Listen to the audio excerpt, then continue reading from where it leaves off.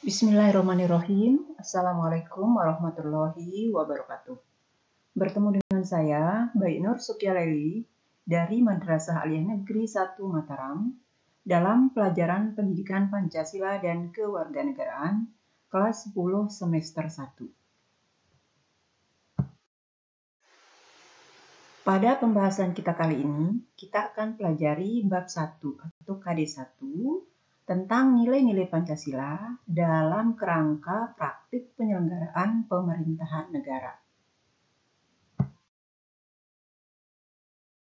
Sebelum kita masuk materi pelajaran, kita simak dulu tujuan pembelajaran kita kali ini. Silakan bisa dilihat di layar tujuan pembelajaran kita. Dan untuk mencapai tujuan pembelajaran tersebut, kita akan bahas 3 sub.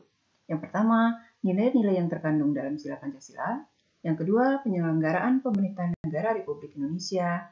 Yang ketiga, aktualisasi nilai Pancasila dalam penyelenggaraan pemerintahan. Silakan diperhatikan gambar di atas. Aktivitas pada gambar merupakan contoh perwujudan Pancasila dalam kehidupan berbangsa dan bernegara. Nilai pada sila berapakah yang diwujudkan? Nah, untuk menjawab pertanyaan berikut, mari kita bahas materi kita mulai dari sub 1. Materi sub A. Nilai-nilai yang terkandung dalam sila Pancasila. Apa sebenarnya yang disebut dengan nilai?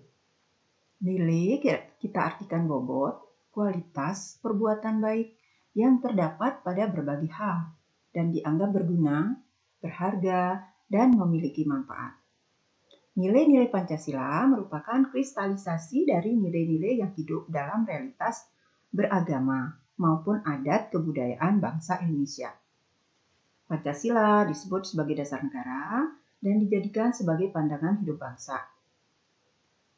Dijadikan sebagai pedoman bagi seluruh bangsa Indonesia dalam bersikap dan bertingkah laku. Nilai-nilai tersebut ada di sila-sila yang ada dalam Pancasila.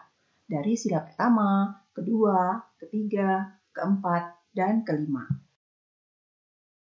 Baik, kita lihat nilai dasar yang terdapat pada sila pertama, ketuhanan yang Maha Esa. Di antaranya, keyakinan bangsa Indonesia terhadap Tuhan Yang Maha Esa, taat menjalankan ajaran agama, mengakui dan memberi kebebasan beragama dan beribadah sesuai ajaran agama dan kepercayaan, tidak memaksakan suatu agama kepada orang lain, saling menghormati, saling menghargai antar umat beragama. Kita lanjutkan ke nilai dasar yang terdapat dalam sila kedua, meliputi kesadaran berperilaku sesuai dengan nilai-nilai moral dan hati nurani, pengakuan dan penghormatan terhadap hak asasi manusia, mengembangkan sikap saling mencintai atas dasar kemanusiaan, mewujudkan kehidupan yang berkeadilan dan berkeadaban, memunculkan sikap tenggang rasa dalam hubungan sosial. Bagaimana dengan nilai dasar dalam sila ketiga? Nilai persatuan Indonesia dapat diperinci sebagai berikut.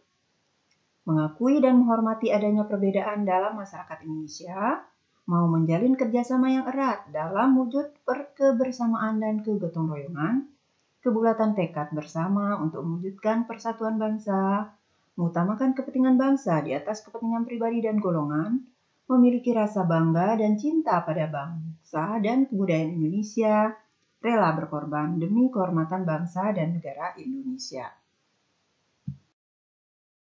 Bagaimana dengan sila keempat, kerakyatan yang dipimpin oleh hikmat kebijaksanaan dalam permusyawaratan perwakilan, dapat diuraikan sebagai berikut.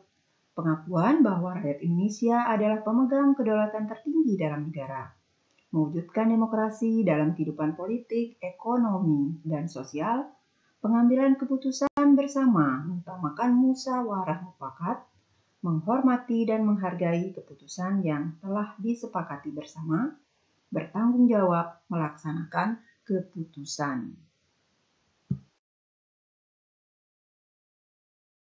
Ya, sekarang nilai dasar dalam sila kelima. Sila kelima, keadilan sosial bagi seluruh rakyat Indonesia, nilai dasarnya keadilan mendapatkan sesuatu yang menjadi haknya, adil terhadap sesama, keseimbangan antara hak dan kewajiban, kerjasama untuk mendapatkan keadilan, dermawan, hemat, sederhana, dan kerja keras, menghargai hasil karya orang lain.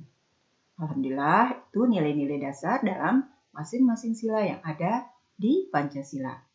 Nah, kalau dilihat dari gambar yang sebelumnya, saya tayangkan kira-kira masuk pengamalan sila keberapa? Nah, sekarang silakan dilihat ya yang tadi yang kita sudah singgung dari sila pertama, kedua, ketiga, keempat, dan kelima. Baiklah, sekarang kita masuk ke sub B, penyelenggaraan pemerintahan Indonesia. Di sub ini kita akan bahas tentang pembagian kekuasaan dan bagaimana pembagian kekuasaan dalam pemerintahan di Indonesia. Kita lihat pembagian kekuasaan. Beberapa pemikir politik barat mulai mengembangkan pemikirannya mengenai teori pemisahan kekuasaan dan pembagian kekuasaan. Pemikir politik barat tersebut antara lain ada John Locke dan Montesquieu. John Locke membagi kekuasaan menjadi 3 kekuasaan, yaitu ada kekuasaan legislatif, eksekutif, dan federatif. Sementara Montesquieu membagi kekuasaan juga menjadi 3, yaitu ada kekuasaan legislatif, eksekutif, dan yudikatif. Nah, kedua pelopor pemikir politik barat ini terkenal dengan teori pemisahan kekuasaan dan pembagian kekuasaan.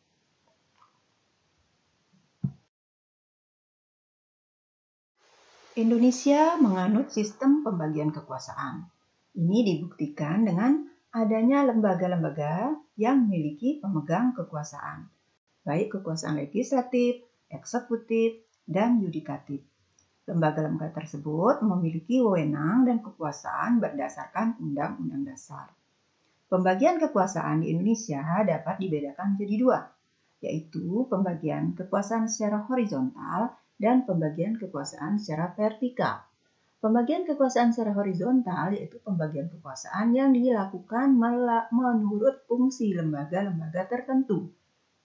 Sementara pembagian kekuasaan secara vertikal yaitu pembagian kekuasaan yang dilakukan berdasarkan tingkat pemerintahannya. Baiklah, sekarang kita akan lihat bagaimana pembagian kekuasaan secara horizontal.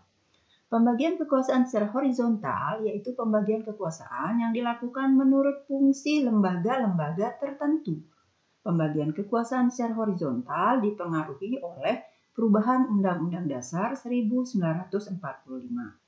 Pasca amandemen Undang-Undang Dasar 1945, pembagian kekuasaan dibagi atas 6 kekuasaan sebagai berikut. 1. Kekuasaan konstitutif yang dipegang oleh MPR. Yang kedua, kekuasaan eksekutif yang dilaksanakan oleh Presiden, Wakil Presiden, dan Menteri. Kemudian ketiga, kekuasaan legislatif yang dilaksanakan oleh DPR dan DPD. Kekuasaan yudikatif yang dilaksanakan oleh Mahkamah Agung, Mahkamah Konstitusi, dan Komisi Yudisial. Kekuasaan eksaminatif yang dilaksanakan oleh Badan Pemeriksa Keuangan, dan kekuasaan moneter yang dilaksanakan oleh Bank Sentral atau Bank Indonesia. Sementara Indonesia juga menerapkan kekuasaan vertikal, ya. Pembagian kekuasaan secara vertikal, yaitu pembagian kekuasaan yang dilakukan berdasar tingkat pemerintahannya. Nah, sistem kekuasaan pemerintahan Indonesia dibagi secara berjenjang, mulai dari tingkat pusat, provinsi, kabupaten, dan kota. Hal tersebut bisa dijelaskan dalam pasal 18 ayat 1 Undang-Undang Dasar RI tahun 1945. Akhirnya kita masuk pada sub C, yaitu aktualisasi nilai Pancasila dalam penyelenggaraan pemerintahan. Nah, bagaimana aktualisasi nilai Pancasila dalam kehidupan bernegara? Bisa kita lihat dalam etika. Etika dalam kehidupan bernegara. Bagaimana penerapan nilai Pancasila dalam pasal-pasal Undang-Undang Dasar 1945 dan penerapan nilai Pancasila dalam kehidupan bernegara. Sekarang perlu kita ketahui, apa sih yang dimaksud dengan etika? Etika merupakan cabang falsafah dan ilmu kemanusiaan yang membahas sistem pemikiran mendasar tentang ajaran moral. Etika membahas cara dan alasan kita mengikuti ajaran moral tertentu. Etika sangat dibutuhkan dalam kehidupan berbangsa dan bernegara. Pemerintah yang beretika tidak akan terjerumus dalam praktek korupsi. Adapun rakyat yang beretika akan memantapkan penyelenggaraan pemerintahan sehingga tercapai tujuan negara. Baik, sekarang seperti apa sih penerapan nilai-nilai Pancasila? Pancasila sebagai dasar negara dan ideologi negara harus senantiasa diterapkan dalam kehidupan.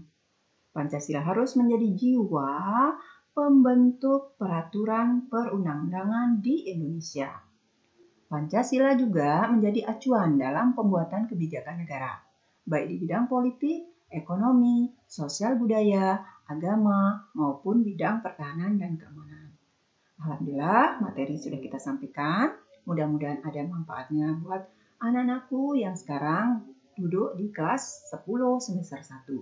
Kita sudah bahas, kita rangkum materi nilai-nilai Pancasila dalam praktek penyelenggaraan pemerintah negara.